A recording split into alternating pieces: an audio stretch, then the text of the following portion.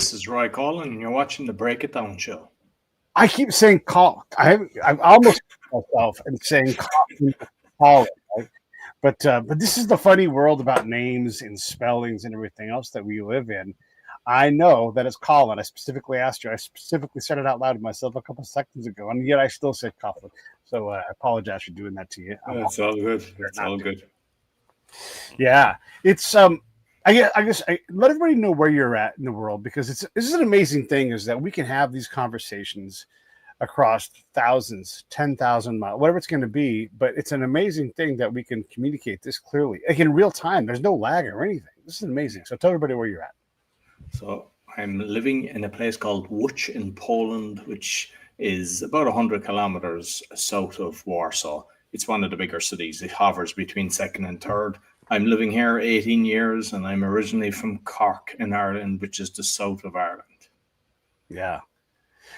What do you like better? Like, if you could choose where to live? Spain. Spain. Yeah, nice. Better weather and coastal and better food. Yeah.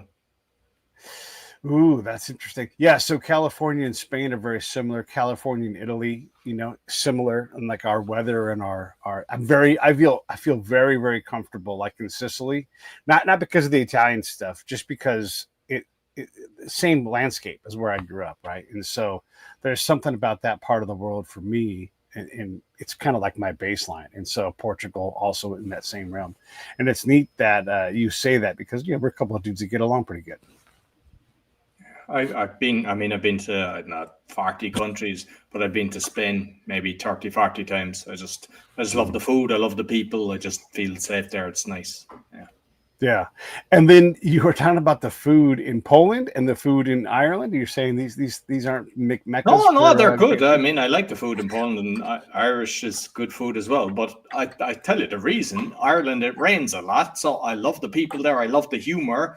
I love the scenery. And when you get the 2 weeks of the year that you time it well and you get great weather, I wouldn't want to be anywhere else. But it's not nice when it rains so much. In Poland, we get proper seasons, but there's times when you're scraping the snow off your car for half an hour and just heating it up, and that's okay. But I don't want to be doing that when I get too old. So the plan is to either Bulgaria maybe or Spain, but a hotter climate for later years in life. Yeah. There's something to be said for visiting and at the optimal time, because then you really get to enjoy the best of what Cork has to offer, or anywhere in Poland. But I've not really been to Poland, but I know that weather, I know that country pretty well, because I've been places adjacent to it and everything. And you're right. Well, Germany, for example, close enough. When I was there, I'm like, hey, the sun never shows up. Like, no, we have 100 days of summer, and I'm like, that's bullshit. That's bullshit, because I come from a place that has a wonderful summer, and you guys don't have a good. It was frustrating to me to not see the sun. Yeah, but Germany's nice. I mean, I suppose it's a way that we get brainwashed, like growing up, because a lot of times people would be bashing the Germans and everything. And I remember going to Berlin for a few days and Munich, and they were the nicest people I've ever came across. And I was like, and then I started, connecting with people on different companies and stuff like that. And I have a lot of German friends, but it's like so many people, they kind of tar them, and they start conditioning you to hate people. And that's still going on today in the world. They condition you to think of someone. And it's like, why are they doing this? They make them look like the bad boys. And you go there to the nicest people ever. Yeah. Let me just say this out loud. I love Germany. I would go there, and I would even potentially live there, but I would have to account for sunshine somewhere else, really. Like this. Yeah. Bavaria, especially, maybe Frankfurt is a little harsher, a little more industrial, a little more city than what I like, but that would be true in whatever country I went to. Yeah. Germans themselves are just marvelous people. I adore Germans, and I adore Poles. I've had a couple of Polish girlfriends over the year, and all wonderful people. I don't particularly care for German food very much. There are certain things that I eat, and they keep me pretty. Look, I'm an American and I'm a Californian, so we eat different stuff all the time. Like I like to think about, and let me ask you this. We, in our lives, we tend to have a certain number of dishes or meals that we eat. And really that number isn't very big. If it's 30 dishes that you'll eat in a year, it's amazing because most people don't even have that many. I mean, like maybe you get a different kind of pizza or whatever, or maybe you get spaghetti instead of lasagna. Okay, so there's 3 dishes right there. Maybe they're dramatically different. Thin crust pizza. Okay, right, fine. But quickly you start to run out of things. Like I don't know how often you eat fried chicken, but fried chicken is delicious. And if I eat it 4 times a year, I'm amazed because I just don't eat it very much. So it's funny when you think about what is Polish food, what is Irish food, what is German food? Like I like schnitzel, and if I go to Germany, I'll get a schnitzel, but I don't love it enough to get it in my regular rotation. It's more of a, hey, I'm here, let me get that. You know, I love German beer, drink that a whole bunch. I love Jaeger schnitzel, which is slightly different than regular schnitzel. But other than that, my experience with German food was not enough variety and a little heavy for my taste. Yeah, no, their food isn't great. I mean, their beer is excellent, but yeah, I concur on that one. What's Irish food? It's good. It's a lot of potato stuff. So, you know, growing up, you'd have potato waffles, you'd have potatoes, or you'd have chips. You know, it was kind of, that's always part of the staple. But yeah, like maybe salmon, steak, things like that. And seafood chowder is nice. So a seafood soup with brown bread. That's a popular dish, and it's lovely because obviously with the coast, there's a lot of seafood. Yeah. What do you think? Who's the most famous Irish person living right now? I mean, there's a lot of them. There's McGregor, there's Bono, there's Liam Neeson. Right. I was thinking about Liam. Yeah. So, Bono, right? Yeah. He's pretty famous too. Do you think can McGregor become president? Not really. He did, because I covered it on the thing.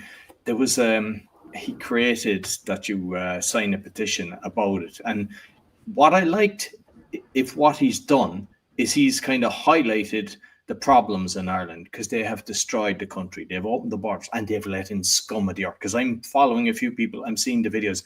They're raping kids. They're doing all bad stuff. Like it's really bad.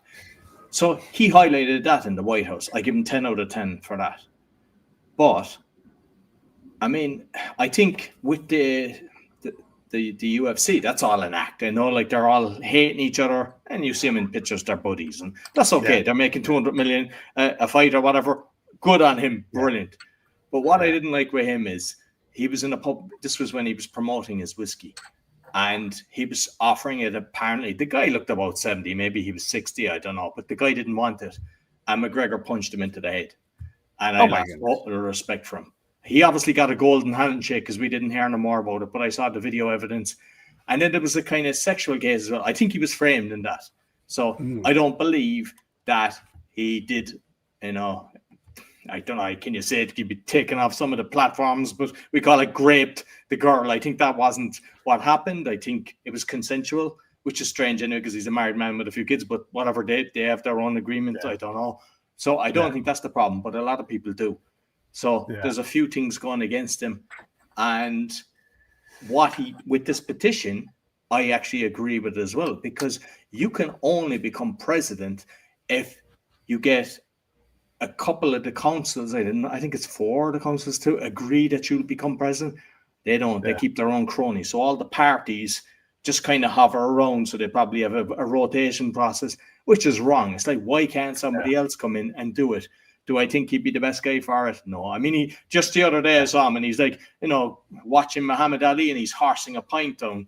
That's not a kind of presidential kind of status that you want to see. So some things he's done good. It's like the same thing with Trump. I like calling things out. If he does something good, I'll say it. If he does something bad, do I think he's got the ability to do it? No, but I wish that someone else could come in and knock the party so that it wasn't somebody connected with a political party. Yeah, it's tough. I mean, President Trump is our president, and he causes a lot of people distress just by existing. You know, like they openly wish him dead, and in some ways, I don't blame them for that because he is a pretty odious person. You talk about like the background of McGregor and some of the choices he's made. Yeah, President Trump has disqualified himself a number of ways from being president, and he seems willing to divide us. Now he'll say, "I'm going to build something better, and you're going to like it," and he gets to say that he's the boss. But we all get to say, "Hey, you know what? We don't need to be divided like that. And so it's interesting.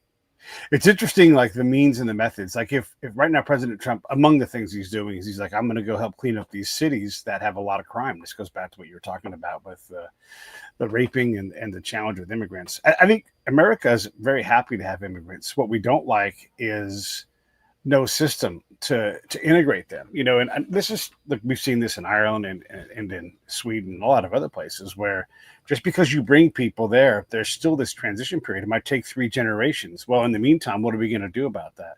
And then how are we going to afford this integration? And when you ask these hard questions and reasonable questions, it gets kind of washed off like, oh, that's no big deal. Like, no, this is the deal. Crime is going to go up in these areas. These people are going to be, if we're not good at integrating them, they're going to be extra legal. They're going to do things outside of the norms. And then you'll have whole enclaves where it's not Paris anymore. It's a different thing.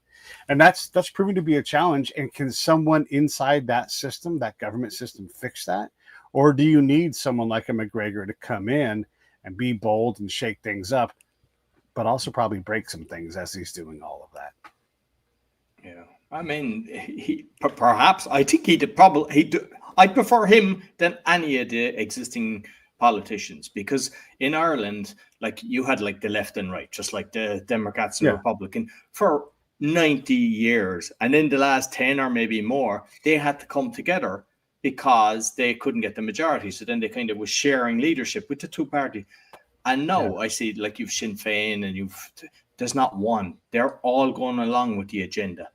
So you might see about 5, I think it's 166 that we've got in the House, maybe 5 that are actually really fighting for what's going on. And they're just laughing at them. They just leave them talk. Yeah. They just say something and nothing is done.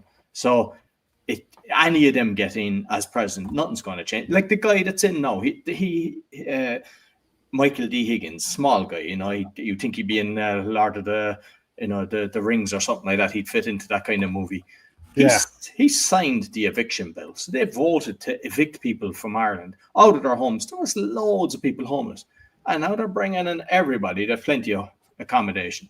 They built all these temporary accommodation places. So they've, the majority of the House signed for this. That president signed it.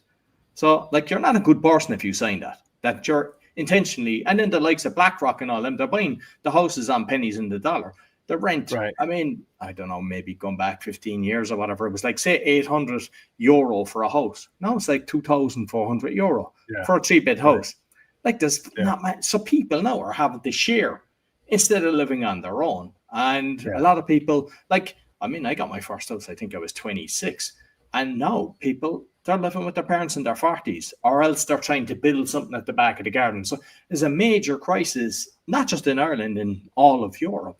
But yet they're bringing in all these people. And it's actually getting to a fairly critical stage, because I report in Epping in the UK, the council voted that the immigrants, the asylum seekers, shouldn't be allowed in the hotels. They had no planning for it, and that's not the reason for the hotels. And they won the court case. And the government got their own cronies and overturned it. Yeah. So what will happen is eventually they'll win.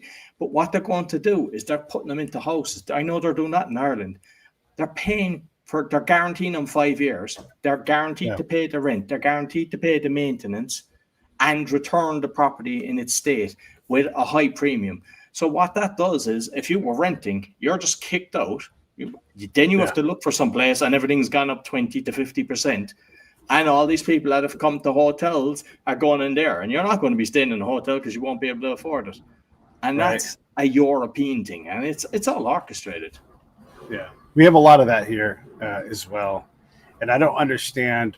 One of the challenges, what I'm critical of our left, is we have these ideals, but then when you put it into practice, it doesn't work. And so the answer is more of the ideal. But the inhumanity in their humane policies is just, it doesn't work. I'm working on a project with energy and trying to understand our flawed energy policy. We don't have we take certain things and push legislation well past its intended use. And you can't build anything here. So much we're so locked up in court on projects that like desalinization. Is it the right answer? I don't know. It is part of the solution. It has its drawbacks, but we've approved these things. No, we can't get them built because we end up in court. We have reservoirs that we can build and expand, but we can't because they get tied up in court. We have dams that we're going to raise the level of. Money is already accrued. Everything. Ready to go. I can't do it because we're going to go to court. Okay, everything. And I always say, like, this is like the ultimate of democracy. Everybody and everything has a right to stand in front of the man and state their case.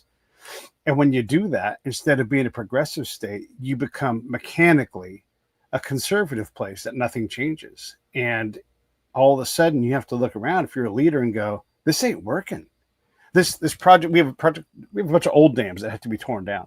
And it's ridiculous because we'll have a dam and it's like to tear this thing down is, I don't know, $5 million, whatever that number is, right? And then quickly it turns into 10 billion.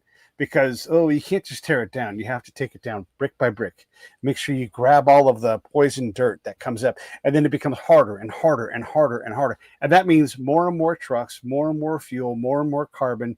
And so this thing that you're trying to do, this simple thing, replace a dam or remove a dam and go back to wild spot, whatever it is, it becomes a multi-decade project that costs tens of billions of dollars.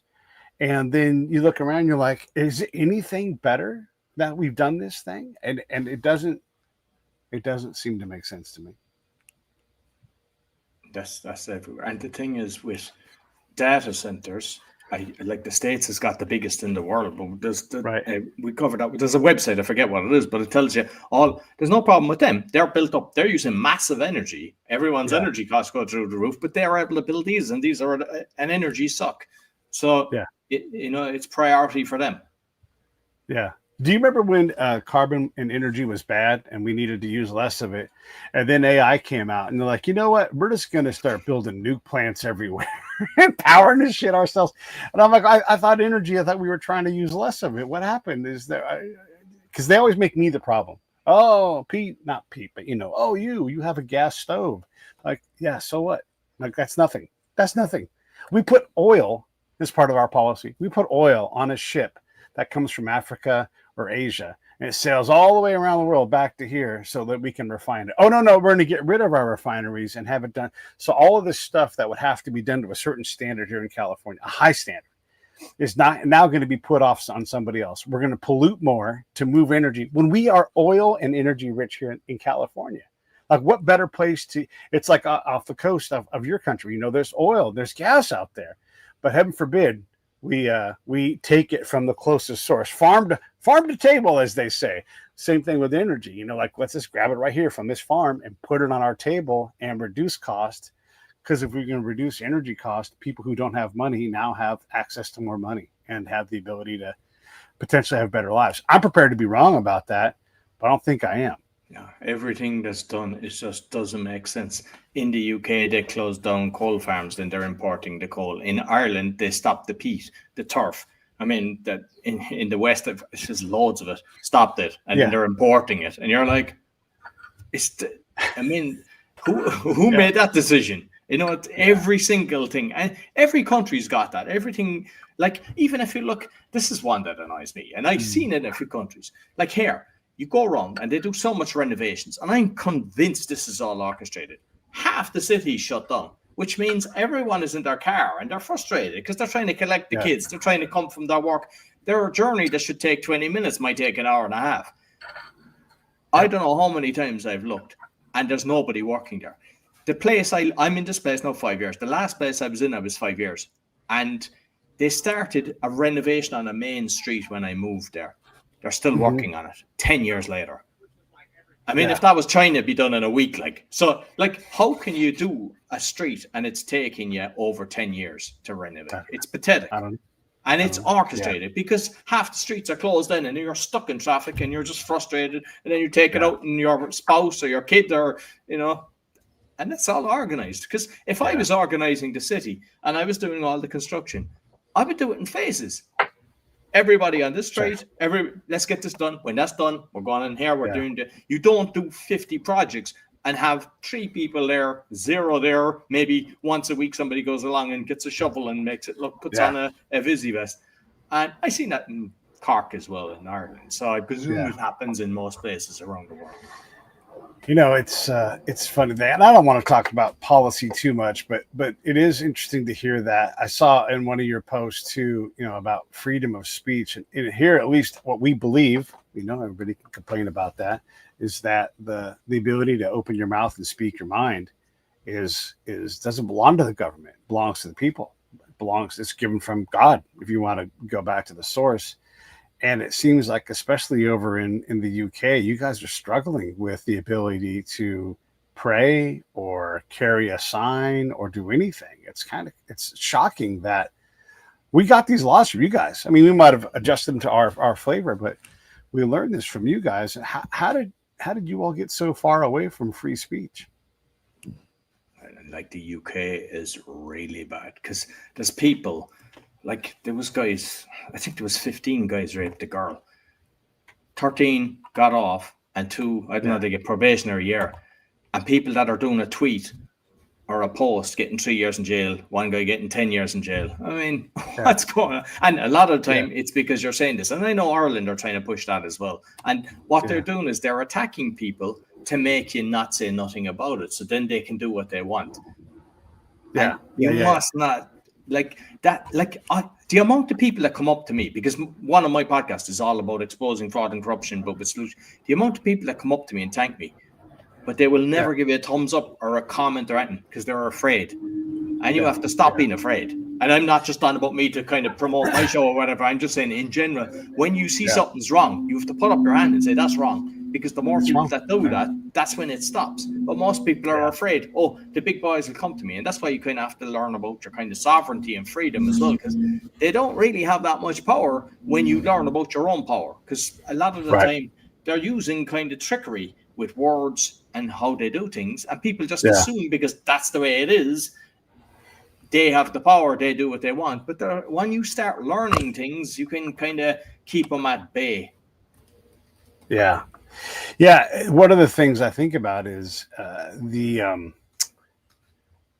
going to travel coming up here, and depending on where I go, maybe my words are illegal, and am I going to have to worry about that? And all of a sudden there's an American in prison because he put his, opinion forth. And this is a different thing. And I don't think it will happen, but it will happen to somebody. And so why wouldn't it happen to me? If I think I'm going to win this lotto tonight, why wouldn't I also win the bad lotto of, hey, Pete's got to go to prison because he challenged something? But you're right, though. A way to not be in charge anymore is to take away these very, very basic rights and to put people in peril and to not. I mean, we've got a lot of thinkers that have been around for a long time. Like Weber is a great guy. I love Weber's work. And it's like, if the state can't do it, the people will. And if you are not safe, you'll have someone like, I'll make sure my family's safe. If you can't take care of it at the state level, the individual will ensure that their family is safe. And that means more violence. That means more thuggery. That means all these things. And that gets back to gangs and cartels and all that stuff, because the state is distracted from what it's supposed to do. Exactly. Like the Shield, I think it's called the Shield in the UK, but bunch of bikers, like the guy, and what they're doing is right, they're helping the children and everything, because there's all these, predators that are just waiting around for them. So they're driving them and they're making sure that they're safe. And that shouldn't be the case. Like, they should never have been left in. And the thing is, a lot of people are kind of recording secretly, or people at work, they're coming out now exposing it. And there's times that people have admitted they were murderers or they were going to prison and they've been sent here. And you're like, because, like, as one politician said to another, he said, how come, that they don't just get on a Wizz Air or Ryanair flight for $20 and they're coming across in the channel in the boat? It's because they'll have their passport and they'll know who they are. Now they're going, and they are told, give a lie of their date of birth and their name and everything. And they get processed, they get a new passport, they get put into the system.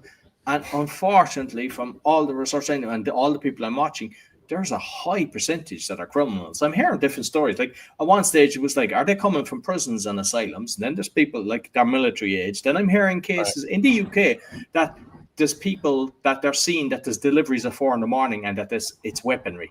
And I've heard a Right. few cases of that. And one, the guy was actually the owner, and he actually opened and said it was weaponry. I haven't seen it myself, but I'm hearing a lot of that, and that's scary. Yeah. It's like, what's Yeah. going on? That I don't. If you hear it once, you kind of go, but there's a lot of people that are actually saying, hey, this was in my place. Or I'm seeing the couriers coming at 4 a.m. Couriers don't come at 4 a.m. only when they're doing something that they don't want the public to see. Yeah, and if we could, like, we're part of the media, and I hope that we're being genuine here and not spreading a bunch of nonsense. But I'm listening, I'm filtering, and I'm like, do I need to challenge any of this? And I don't know because there's so much dishonesty in media. They want to tell these things. We never cover attacks on Christian institutions. It's just not something we ever cover here in the States. So if someone attacks a church, burns down the Notre Dame or whatever it is, we never seem to hear about the person who did it. And even if they catch him, you're like, well, how come you're not describing this person? And now we're left to guess, right? And so let's say it's an innocuous thing. Well, I don't know. You weren't open like you normally are. I'm like, oh, we were Roy, he burned down a church today. And then we all can go, oh my gosh. And then we can, put our social guilt on that person and whatever. But when you don't do that, now it appears to be chicanery, even if it's not. And so our news has gotten so bad at obscuring what's true, what may be true. We've become so impatient to allow an investigation to happen. We had a thing here where they found cocaine at the White House. Everybody's like, oh, I don't know. Who could it be? Is it the guy who's a crackhead? No, not him. I swear it. And you're like, all right, maybe that's all true, but none of us believe you. And so they got the heave-ho. They got kicked out of office ultimately because there's just too much of that. Like you can't just lie. You can't just fail at your job indefinitely. And if people don't feel safe, this is when I'm hard on my friends who love trains. Trains, got to have more trains. I'm like, how are you going to secure the train? If one single mom feels endangered, she will tell all the single moms, train's dangerous. And none of them will go on it. And they will all drive because they don't feel safe. The second they make a drop more money, you're an entrepreneur, like if someone, they're always looking to up their game, right? Anybody who's like, I hate riding the bus. It might be more efficient. It might be better for the world, but I hate it. And as soon as I get this raise, I'm going to buy the cheapest car I can. And I'm never going to have to ride a bus again. And that's a problem that bus and train people hate because it's very tough to keep things secure, feeling safe, and being desirable over simply just driving yourself to work. Yeah. No. Anyhow. No, All right. exactly. No, but that's exactly the way it is. That's the way. Yeah. And their answer is always, well, we'll just force them to do it. It's never the carrot. It's always the stick. Always, always, always. Like, how come you guys just want to dominate and you can't build a consensus? Make the buses better. Buses are so great. Make them better. Make them more desirable, And it's always about punishing people that want to drive or whatever. It's a crazy thing. Let's not talk policy and politics anymore. Let's talk about podcasting. You have several podcasts and you make a living in the podcasting space, whether you're providing help or access to virtual assistants. Talk a little bit about that. And you're a serial entrepreneur. This seems like a very tough business to get into. Why not buy a franchise coffee shop? I actually worked years ago, and it was in Canada. I trained. It was being a franchise consultant, so selling franchises and master franchises, and I got a lot of inside information. And yeah, some franchises are very good. There's some that a lot of people would know that aren't healthy for you, and the failure rate is like 21%, but nobody knows because you put in your couple of million and it doesn't work. They just come in and they have a free building and everything, and you've lost everything, and so it just looks like, hey, this is still the same franchise. There's others. I've seen some that the failure rate was like 6,000, I think 4.5 failed. And people are paying 60 grand, 90 grand, hard earned money to do this. Yeah. They're told a lie. There's a lot of trickery. There's a lot of kind of people going, hey, if you get through this call, you get to talk to the press. It's all trick. I hate this kind of the way they do these things. But there's others, there's brilliant companies. So you really, you kind of have to do your homework because there's statistics and there's the ink and all this giving you all the how many. I've seen ones that are on the top of the charts and they're scum of the earth. and they have a Yeah. massive failure rate. So you can't go by that. So you need to be just kind of checking what's really working and what's, because they are able to, they're supposed to disclose it. There's obviously they're able to wing it around. I wouldn't know. Right. I mean, I'm kind of too entrepreneurial to be working on it, but it is a good system for some people, especially if they're breaking away from corporation. I mean, I've seen some successful ones. There's some very good, and it just works well for some people. Podcasting, I just love the podcasting. I'm doing it since 2018. I've got 6 shows, and I just love the conversations. I learned so much. I've changed my health. I've changed so much based on conversations. I did things I thought I knew. And I'm going, ooh, that sounds interesting. And I always say to people, don't just believe, because if I say something, hey, it's gospel, go away and do your own research. And even on research, like I use Brave.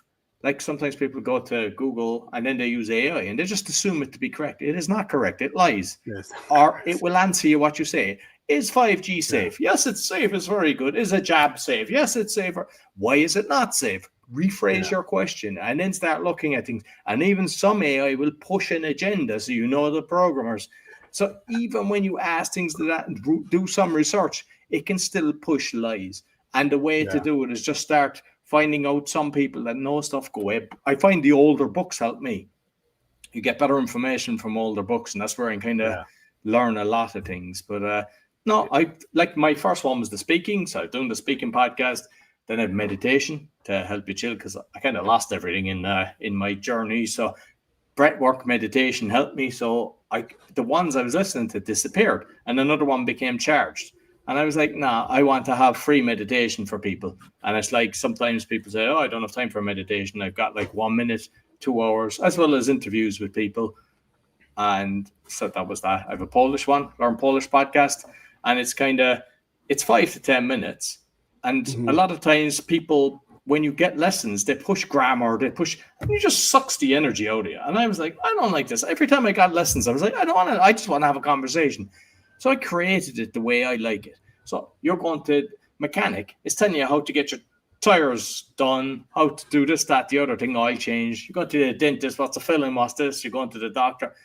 They're the topics I cover, things that you'll use. And it's got I think 3 million plus between the audio and the video views, just because of that, because I'm doing it the way I like it. And it seems that others like it that way as well. Instead of making sure you like this, something like 24 ways of saying the number 2. What? That'd wreck your head trying to figure that out, So you just need to do it. So that was that one. What's that? The Awakening is the one that I was mentioned. That's exposing fraud and corruption, but with solutions. And I've had Mickey Willis, Dr. Peter McCullough. I've had a lot of David Icke. Some people kind of think, oh, he's crazy, but he seems to be right with a lot of things. I'm not sure if you're familiar with him, but I remember the first book I got. It's, I don't know, I have it here somewhere. Oh, yeah, The Greatest Secret. I'll show you, actually. I remember reading it, and he's talking about lizards, and I just thought, nah, not for me. And I put it down, and it was when he was on London Real that I was like, the things he's saying are good. And then I started kind of following him a bit and listening, and he seems to be ahead of the curve with a lot. He's talking about stuff 30 years ago that's happening now. So interesting guy to, but what happened is he was on a show with an Irish host on a UK channel, BBC, Terry Wogan. And I think he had just had a kind of awakening himself. And the host made fun of him, and it destroyed him for a few years. And he had been a famous pundit before that. He was in the Green Party, he was on TV, but this destroyed him. And he said even his kids, they were mocking his kids and everything. So, but from that moment, he just kind of bounced back and just kept sharing the information. And yet, 30 years later, when you mention him, people go, oh yeah, he was on. They're still referring to something that happened. I mean, if that was you and people start criticizing something you've done 30 years ago, you'd be looking at him, but that's what they do. So I had him on my show a few times, and he's actually a really nice guy, because there's sometimes I'll get guests on and they're just gone within the minute you end. I mean, you probably experienced that yourself, and you're kind of going, there's no, hey, goodbye, or how's things? Yeah. He stayed around and had a good chat. And I also saw him on a few shows where he was doing a recording. He lives in the Isle of Wight, and he was crying. And I've noticed that with a lot of these people, you don't see emotions with a lot of these people that are running the world. You don't see him crying. You don't see him, and that's how I kind of judge things as well. I kind of go, Sure. I never seen this person emotional. I get a vibe, and so with him, that's why I think he's one of the good guys. I mean, it's impossible to know because there's a load of control on position, but I think he's one of the good guys. One of the things that we get to do this, we get to talk to these people. There's a company, maybe you're familiar with them from before, but they're called Monsanto. Bayer in Germany owns them now, but back when they were just Monsanto, I heard how terrible they were. They're awful. And they did this, and then they did this, and then they did this. And then you would see them on like shows, and someone from Monsanto would be there and be like, ha, the big surprise, you guys suck. And I'm like, yeah, that all seems like bullshit to me, like performative. I just want to talk to Monsanto. So I reached out, just dumb old me. And I'm like, hey, I always told you guys suck, but I just want to get to know you guys. Like, what are you guys trying to do? And it's not that and here's the thing, saying people on the internet, they suck at subtlety, right? I'm just trying to have a conversation so I can understand. And then, and here's what they said, Pete, we try to hire all of the best PhD farming experts in the world that we can. We can't get enough of them. And we have all these problems that we solve. And guess where the problems come from? All right, I'll ask, where do the problems come from? Farmers. They come to us and they want us to solve problems. And we start with, what is the best way to solve this problem? We don't run to GMOs, other natural things. Can we clean that field up? Is there some other problem? Let's use all of farming knowledge to get the answer. And there's all kinds of problems that we solve that don't require a lab at all. It requires, work at a farm, helping improve something, whatever it is. And all of a sudden you realize, wait, yeah, okay, look, they protect their IP. Anybody gets to protect their IP, and they're rough and they got sharp elbows. Go take on Chrome or Google, in some way where you disagree with it. You're going to lose, right? Like, that's just how these things go. It doesn't justify bad behavior. But because I had them on my show, I was better able to understand it. And one of the things they said is there's no link, and this remains true. There's no link between GMOs and cancer. It just doesn't exist, and we all eat things that are genetically modified and always will, because that is how it works. But if you want to be able to eat a papaya, thankfully, we figured out how to grow them in these other areas. One of the other things that Monsanto does, it's not a Monsanto commercial, but this is what the understanding that comes from these things. Don't worry, I'm going to bash you on when I get my chance here on that one. And there's a lot of things that they suck at, right? But in places where it's hard to grow food, it's now easier to grow food. In places where it's easy to grow food, they now grow more food. And that helps us need less space for farming and more space, hopefully, for housing. There's a lot of things that they do that are good. And the challenge is when does the bullshit start, and when does their good work start? And they'll say this themselves, they're bad at the communication side of things. So there's plenty of things that are bad, but also we've got to give them a chance to have some good things that happen, and then assess. But when we come out with they suck right from the jump, well, then we need to get those guys on podcast and find out where they don't suck, so we understand what we're doing. Because people have gotten cancer from Roundup. We know that now. And so that means that product has to be treated in a different way. Don't just stand around and unprotected. That comes from lawsuits, from them being wrong. So there's some of that, right? For sure. But what were you going to say? Go ahead and bash away. No. And basically, I think we're both similar in that, for example, Trump, we call it what's good, what's bad. And I think with that, You're right. There's obviously some things they're doing that are good. So you can't say, every single thing they're doing is to destroy humanity, because that's not the case. What I've heard is in India, they were doing a lot of the seeds there.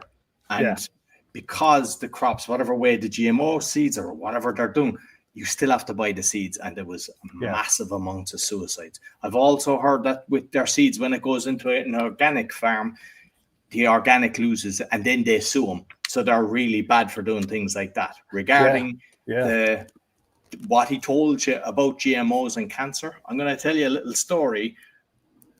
There's a book, The Wheel of Health, I think it's called, by Dr. Wrench. This is another one, or in I don't know, 1930s or something like that.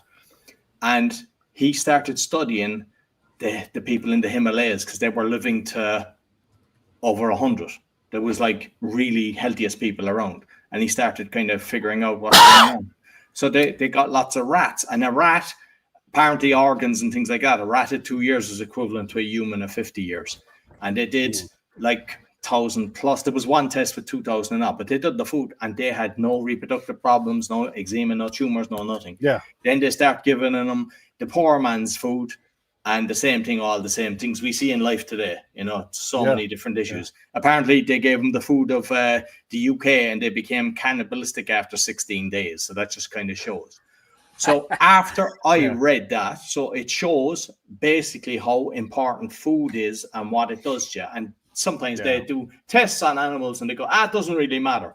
Every time I see something that causes a tumor in a rat or a mouse, I'm going, that's causing tumor. GMO causes cancer in rats. So if he's telling you that, I think he's bullshitting, and I'm fairly sure that's not him. That's we'll say the science, right? And exactly. Who paid for that science? Well, no, and there's a lot of it. You're right. And so the link is tough to prove if you read these papers, and I'm sure that because this is how academics work, right? You have the challenging paper, and they go back and forth. Who paid them? Who paid them to do the research? Yeah, they give the results that they want, which is sad. Because we don't have. The reality is there should be a system that. There's a tiny percentage from each country that goes to do a legitimate study that says we've done this and this is exactly that. There's not a big pharma paying. It's the same with the FDA. Big pharma are paying into the FDA. How is that legal? It's you're not going to cut off the hand that feeds you. So that in itself is kind of doesn't make sense. And that goes both ways. We have to if you put out a paper and you say, hey, there's a link to GMO and cancer possible, that's what we see, possible link. That turns into there's 100% a link, and if you eat GMOs, you're going to die in 2 weeks. It gets inflated or conflated with something else.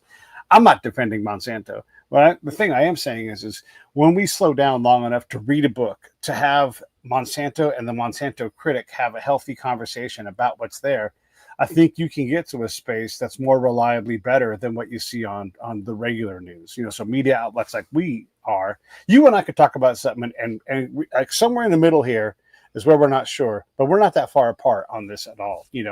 We need a company like Monsanto to solve these problems that we can't solve all around the world. Man, thanks for doing that. Do I wish that you were less aggressive with the seed protection and all these things, right?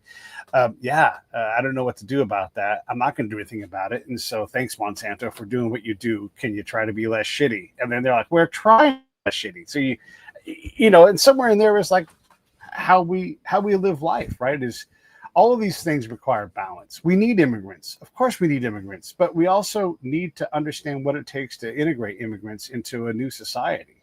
We need housing. Of course we need housing. How do we allow people to build housing so that they don't run away from the government? They're like, hey, I want to get a permit, and it becomes legal, and they use the proper, building materials, right? But we tend to not want balance in things. And I think podcasts help to provide some sanity to that. There's a book that I want to do. Actually, I did a story on it already with these guys, but as an English or an Irish guy and a Scottish guy, and they examined the roots of Hitler, and they're like, there's a lot of U.S. fingerprints on who Hitler was and where he came from and how he got there.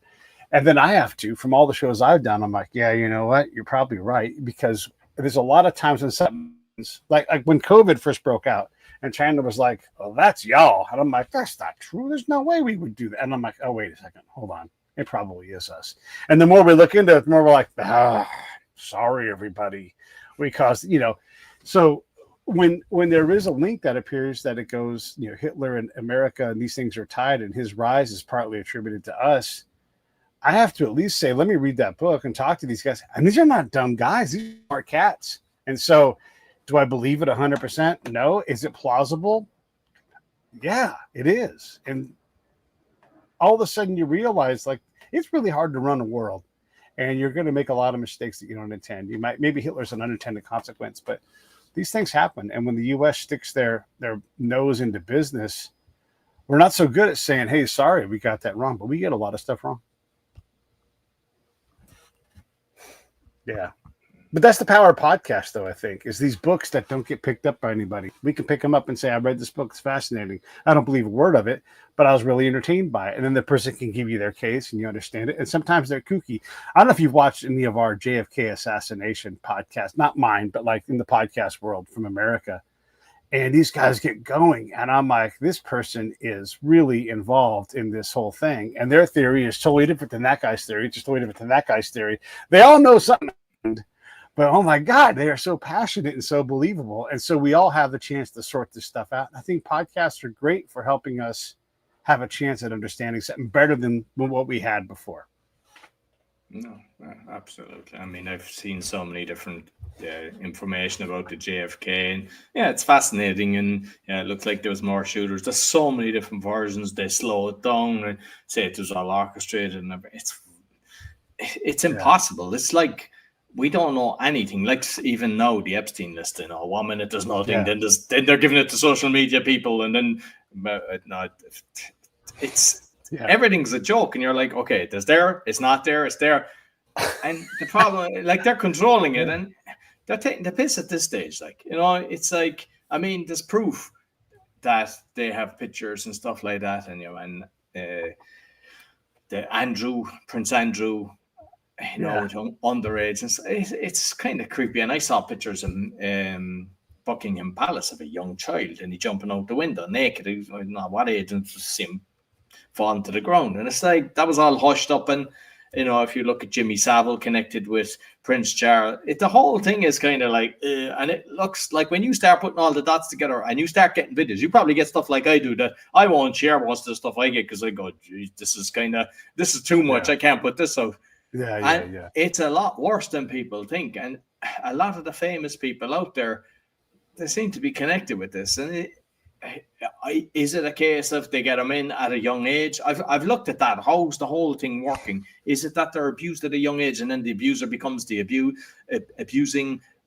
That's what it looks like. And and then they're brainwashed, or else they're catching them in compromising positions, all these politicians. But it looks like they have control over all of them, because if you look at how their messages they're saying, what they're reading, everything is they're not serving the people, they're serving their masters. Yeah, I mean, it's fair to come up with that assessment, whether you're right or not. I don't know, right? And are you right enough, often enough? I don't know, but yeah, you're right. There's a lot of fuckery that goes on. And when people tell me something, I like to say, I'm told, like I'm supposed to believe everything I hear. And so I just don't. I just assume they're all full of shit. And then I try to give people the benefit of the doubt, and like let them earn their way forward. And like, yeah, this person seems to be reasonable, but I'm ready to be proven wrong at all times, And yeah, if I have more power, if I have more money, I would probably make less quality decisions, but I don't have those problems. And so the bad decisions I make are minor and don't really hurt anybody but me for the most part, and I try to do better at that. So would 100 times more successful Pete be a better person? Maybe not. I don't know. I don't want those problems. I just try to deal with my problems here.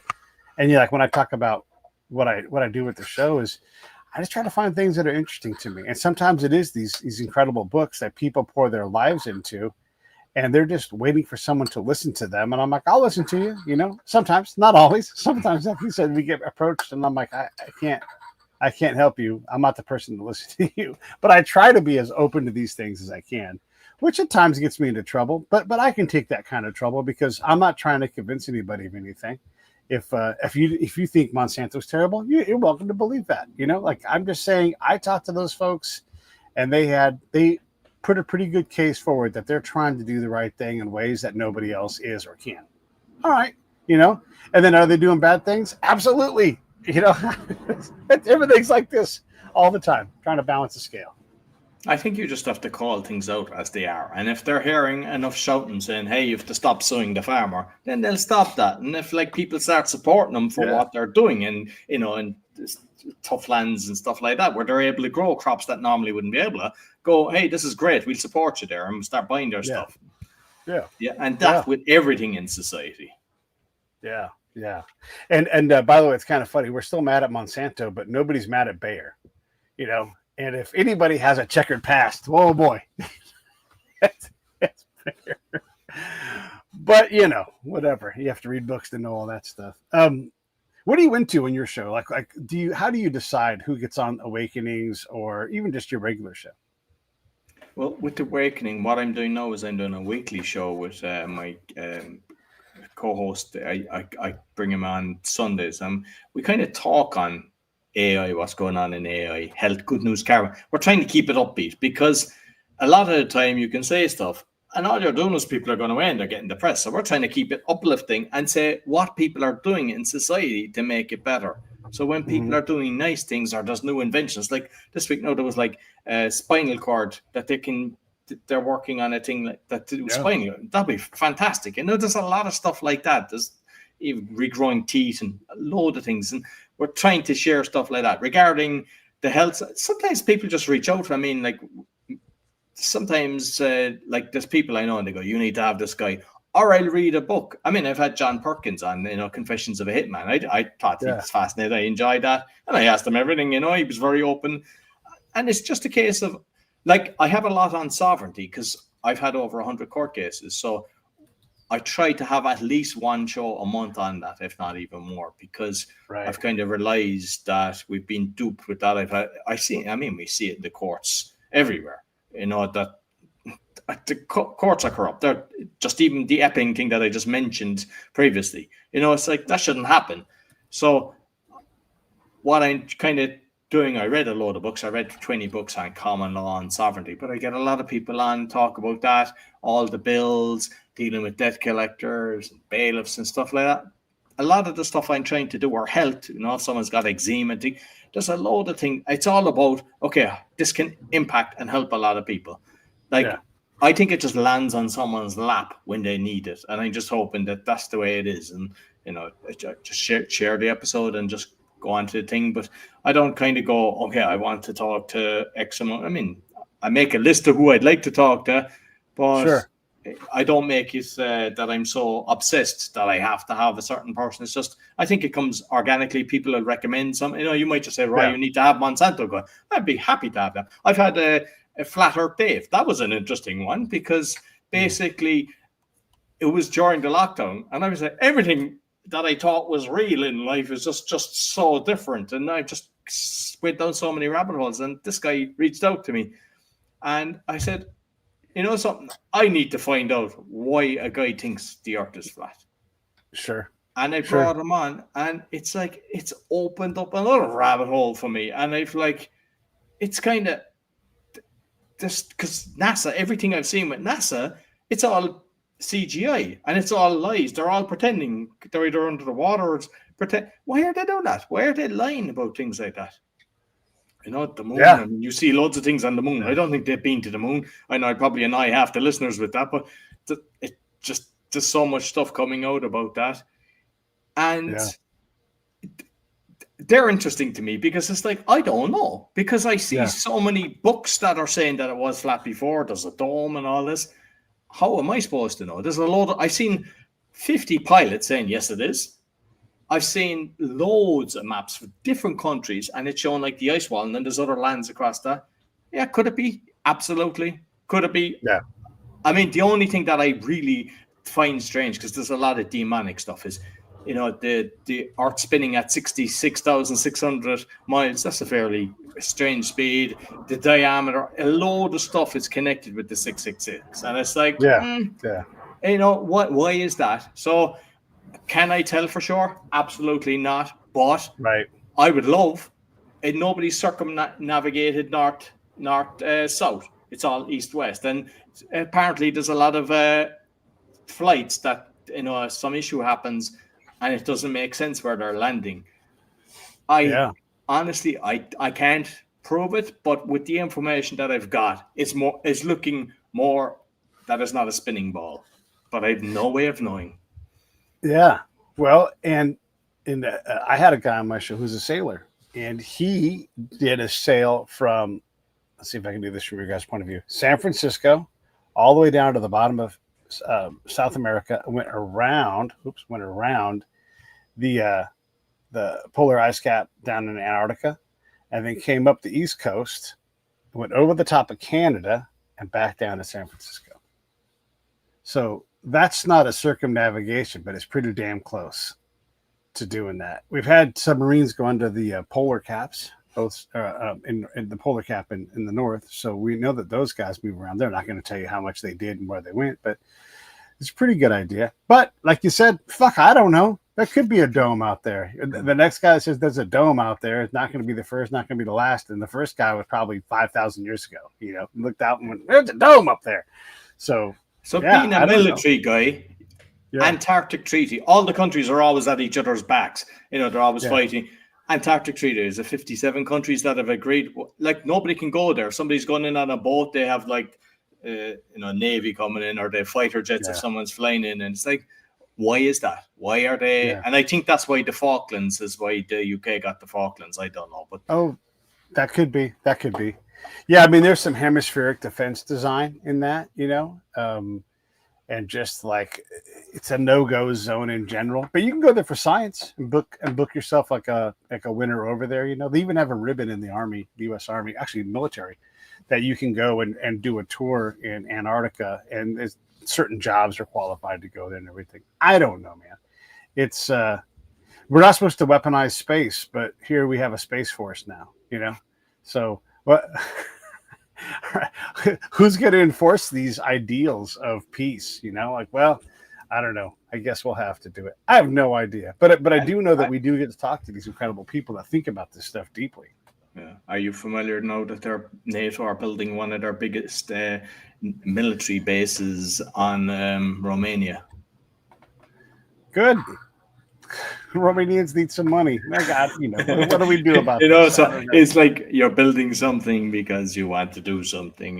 Yeah. Well, I always say, like, too, we have all these far from when President Trump was president the first time. He's like, I want to stand to. I want everybody. Where is everybody at? Contractor, everybody working in the U.S. military or support of them. How many are there, and where are they? And the generals all went, we don't know. And I'd be like, I'd have that ass. Like, all right, Joint Chiefs, I need accountability 100% in the next, I don't know, day. Take some time. And if not, I'll accept all of your retirements and we'll find someone who can run this thing. If we don't even know where all of our shit is and where all our people are, I don't want to hear it. If you're a squad leader, you have to know where everybody is. If you're a battalion commander, you have to have a pretty good idea where everybody is. Like I have this many people that are here. Some guy named Ricky, who's our air conditioner mechanic, he is here and accounted for. Don't know what he's doing today, but he's here and accounted for, right? We know at the battalion level, brigade level, yeah, we know where everybody is. All of a sudden we get up to, no, like if all the brigades know where everybody is, and if all the battalions know where everybody is, well, then you all should know where everybody is. Grab your leader book, go through it, write it down, figure it out. And we can't do that, man. So that's crazy to me. Yeah. Yeah. What else do you want to get into before we wrap this thing up? But thanks for coming on the show, man. It was fun chatting. I didn't know what we would get into, but it sounds like we got into some pretty interesting stuff. I suppose, just finishing up what I would say is based on my kind of, court cases and all that sovereignty.